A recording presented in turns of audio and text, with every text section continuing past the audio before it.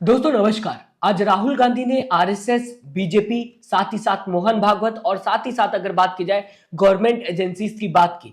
राहुल गांधी ने आज जबकि कांग्रेस को अपना नया हेडक्वार्टर मिला, बताने की कोशिश की कि अगर मोहन भागवत ये बयान किसी और देश में देते तो मोहन भागवत को गिरफ्तार कर लिया गया होता। मोहन भागवत ने इस देश के हर एक भारतीय का अपमान किया है। राहुल गांधी ने अपने भाषण में ये बताने की कोशिश की।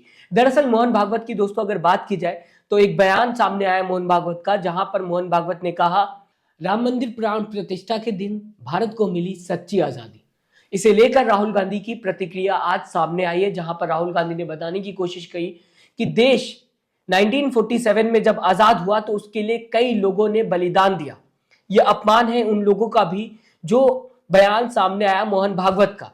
यह भी राहुल गांधी कहते हुए दिखाई दिए दोस्तों आज कि मोहन भागवत ने कॉन्स्टिट्यूशन के खिलाफ बयान दिया है। इसी के साथ कई बातें राहुल गांधी कहते हुए दिखाई दिए जो कि मैंने अपने पेपर में लिखा हुआ है, मैं आपको पढ़ के बताना चाहूंगा। मोहन भागवत ने यह भी कह दिया कि कॉन्स्टिट्यूशन इनवैलिड है। मोहन भागवत ने जो देश ने लड़ाई लड़ी है अंग्रेजों के खिलाफ, तब जाके जो आजादी मिली उसे भी इनवैलिड बता दिया। तो ये जो बयान दिया है मोहन भागवत ने, ये किसी और देश में दिया होता अगर, तो उनको गिरफ्तार कर लिया गया होता। मोहन भागवत ने इंसल्ट किया है हर एक देशवासी की। अब ये टाइम आ गया है कि हम सब ये बकवास सुनना बंद कर दें। जो भी मोहन भागवत का बयान सामने आया, मैंने कटिंग लगा दिया है, इसे लेकर राहुल गांधी ने सबसे पहले प्रतिक्रिया दी, जहां पर राहुल गांधी की ये बात सामने आते हुए दिखाई दे रही। मैं आपके सामने दोस्तों सबसे पहले क्या कहते हुए राहुल गांधी दिखाई दिए रखना चाहूंगा। इसके बाद आरएसएस पे राहुल गांधी ने बात की, बीजेपी पर बात की, गवर्नमेंट इंस्टीट्यूट पर बात की और साथ ही साथ गोदी मीडिया पर भी बात की। लेकिन सबसे पहले मोहन भागवत को लेकर यह बयान आपके स्क्रीन के सामने। Fact, what he has said yesterday is treason because it is stating that the constitution is invalid. It is stating that everything, the fight against the British was invalid, and he has the audacity to say this publicly. In any other country, he would be arrested and tried. That is the fact, right? To say that India did not get independence in 1947 is an insult to every single Indian person.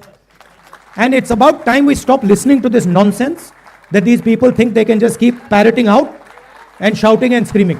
दोस्तों मोहन भागवत के साथ साथ राहुल गांधी ने बात की RSS की। राहुल गांधी ने बताया कि आखिरकार इस देश में जो दो विचारधाराएं जिनके बीच में लड़ाई चल रही वो आखिरकार है क्या।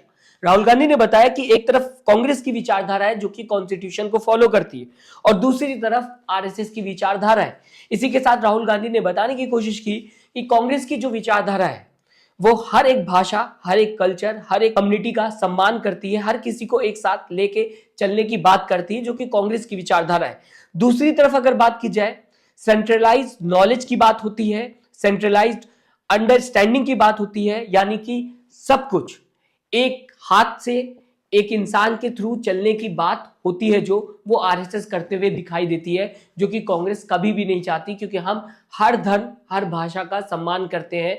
ये हमारे नए हेडक्वार्टर में भी आप देख सकते हैं राहुल गांधी कहते हुए नजर आए। जब बात की विचारधारा की, जब बात बताने की कोशिश की राहुल गांधी ने, फर्क क्या है कांग्रेस और आरएसएस में, आखिरकार ये लड़ाई क्या है। बिना देरी के आपके सामने आरएसएस को लेकर क्या कहा राहुल गांधी ने स्क्रीन पर। There are two visions of the self in India in conflict.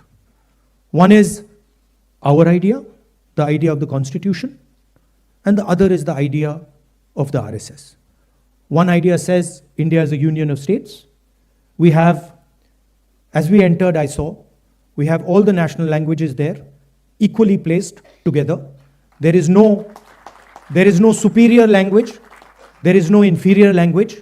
There is no superior culture. There is no inferior culture. There is no superior community, no inferior community. They are all the same. That is written in the Constitution, and it is symbolized by this building. On the other side, there is the idea of a centralized knowledge, of a centralized understanding.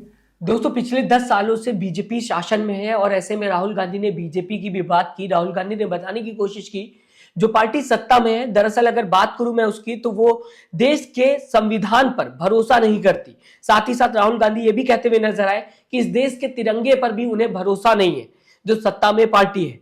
और उनकी विचारधारा, उनकी सोच देश को चलाने की एकदम ही अलग है, जो कि हमसे पूरी तरीके से विपरीत है। इसके बाद राहुल गांधी ने कहा बीजेपी की बात करते हुए कि वो चाहते हैं, जो सत्ता में पार्टी है वो चाहती है कि पूरा देश एक ही इंसान चलाए और सबकी आवाज दबाना चाहती है सत्ता में जो पार्टी है। जब ये बात कहते हुए राहुल गांधी दिखाई दे रहे थे तो यहां पर बात की राहुल गांधी ने दलित्स की, माइनॉरिटीज की, बैकवर्ड कास्ट की, ट्राइबल्स की।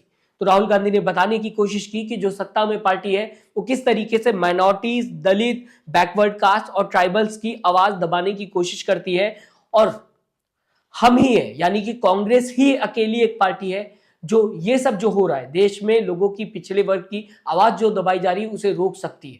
राहुल गांधी ने बताया हमारे पास विजन है, हमारे पास आइडियोलॉजी है। आइडियोलॉजी भगवान शिवा की है, बुद्धा की है, कबीर जी की है, महात्मा गांधी की है। ये सब देश को जोड़ने की बात करते हैं, भाईचारे की बात करते हैं, इक्वालिटी की बात करते हैं, जो कि कांग्रेस फॉलो कर रही है। तो दोस्तों किस तरीके से राहुल गांधी ने आज एक एक करके बीजेपी पर निशाना साधा, मोहन भागवत पर निशाना साधा, आरएसएस पर निशाना साधा। राहुल गांधी ने बताने की कोशिश की कि कांग्रेस ही एकमात्र पार्टी है जो कि बीजेपी को रोक सकती है। बीजेपी मतलब वो पार्टी, राहुल गांधी ने जो अपने बयान में कहा, जो झंडे का, तिरंगे का सम्मान नहीं करती, कॉन्स्टिट्यूशन का सम्मान नहीं करती। इसी के साथ राहुल गांधी आगे कहते हुए दोस्तों दिखाई दिए कि आज के दौर में अगर बात की जाए तो सिर्फ ये लड़ाई बीजेपी और आरएसएस से नहीं है, बल्कि गवर्नमेंट एजेंसीज से भी। यानी कि आज कैप्चर कर लिया गया है कई गवर्नमेंट एजेंसीज को। राहुल गांधी ने अपने भाषण में बताने की कोशिश की, गवर्नमेंट ऑर्गेनाइजेशन को कैप्चर करते हुए बीजेपी आरएसएस नजर आ रही है। जिसके एग्जाम्पल में राहुल गांधी ने सबसे पहले बात की इलेक्शन कमीशन की। राहुल गांधी ने बताया कि अभी हाल ही में महाराष्ट्र में इलेक्शन हुआ, जिसमें कहा जा सकता है लोकसभा चुनाव में वोटर्स कम थे, और जब विधानसभा चुनाव हुआ महाराष्ट्र के अंदर उस समय वोटर्स बढ़ते हुए 1 करोड़ के आसपास दिखाई दिए। तो राहुल गांधी बताने की कोशिश कर रहे थे कि कैसे हो सकता है लोकसभा चुनाव में 1 करोड़ कम वोटर्स थे, और जैसे ही विधानसभा चुनाव हुआ महाराष्ट्र में कुछ ही महीनों बाद 1 करोड़ वोटर्स बढ़ गए।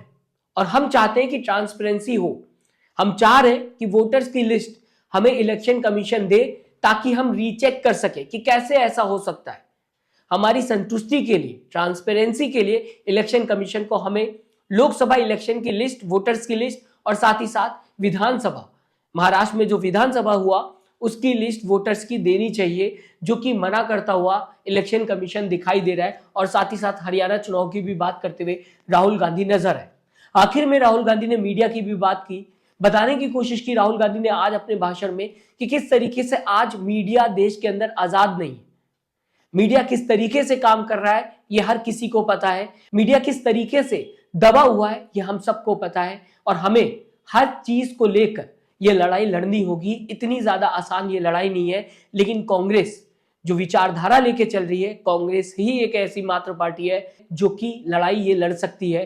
राहुल गांधी ने अपने बयान में बताने की कोशिश की। तो दोस्तों मैं चाहूंगा आप किस तरीके से राहुल गांधी के इस बयान को देखते हैं, जहां पर बीजेपी, आरएसएस, मोहन भागवत की बात करते हुए राहुल गांधी नजर आए, गोदी मीडिया की बात की, और साथ ही साथ बात की गवर्नमेंट ऑर्गेनाइजेशंस की। आपके हिसाब से जो राहुल गांधी ने भाषण दिया है, क्या सोचते हैं आप? कमेंट बॉक्स में जरूर लिख के बताइएगा। साथ ही साथ सब्सक्राइब का जो बटन है, लाइक का भी जो बटन है, उसे दबाना मत भूलिएगा। अपना दोस्तों ख्याल रखिएगा। नमस्कार।